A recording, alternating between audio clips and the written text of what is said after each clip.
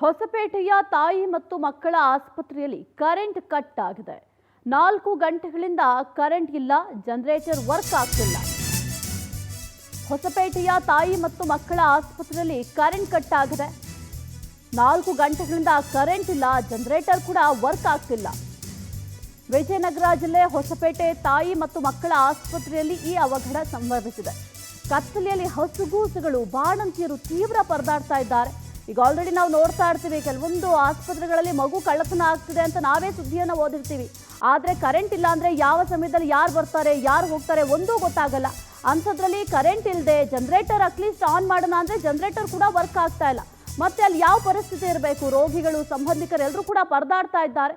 ನೀವು ಕೂಡ ಗಮನಿಸ್ತಾ ಇದ್ದೀರಾ, ಮೊಬೈಲ್ ಟಾರ್ಚ್ ಹಾಕೊಂಡು ಓಡಾಡ್ತಾ ಇದ್ದಾರೆ. ಅಲ್ಲಿ ನರ್ಸ್ಗಳಾಗಿರಬಹುದು, ಅಲ್ಲಿರುವಂತಹ ರೋಗಿಗಳ ಸಂಬಂಧಿಕರಾಗಿರಬಹುದು, ಎಲ್ಲರೂ ಕೂಡ ಟಾರ್ಚ್ ಇಟ್ಕೊಂಡು ಓಡಾಡ್ತಾ ಇದ್ದಾರೆ. ಆ ಸಮಯದಲ್ಲಿ ಯಾರು ಬರ್ತಾರೆ, ಯಾರು ಹೋಗ್ತಾರೆ ಒಂದೂ ಗೊತ್ತಾಗಲ್ಲ.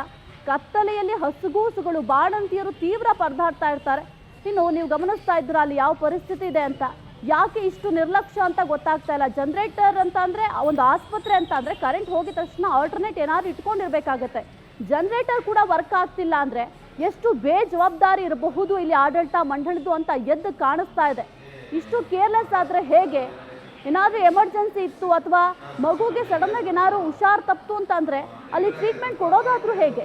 ಮಕ್ಕಳ ಪರಿಸ್ಥಿತಿಯನ್ನು ತಿಳ್ಕೊಳ್ಳೋದಾದರೂ ಹೇಗೆ? ಇಷ್ಟು ಕೇರ್ಲೆಸ್ ಆದರೆ ಬಹಳ ಕಷ್ಟ ಆಗುತ್ತೆ. ಮಕ್ಕಳ ಜೀವಕ್ಕಾಗಿರ್ಬೋದು ಅಥವಾ ಬಾಣಂತಿಯರ ಆರೋಗ್ಯದಲ್ಲಿ ಏರುಪೇರಾದರೆ ಯಾವ ರೀತಿ ಗಮನಿಸೋದಕ್ಕೆ ಸಾಧ್ಯ ಆಗುತ್ತೆ? ಇನ್ನು ನರ್ಸ್ಗಳೇ ನೀವು ಗಮನಿಸ್ತಾ ಇದ್ದೀರಾ, ಟಾರ್ಚ್ ಇಟ್ಕೊಂಡು ಓಡಾಡ್ತಾ ಇದ್ದಾರೆ.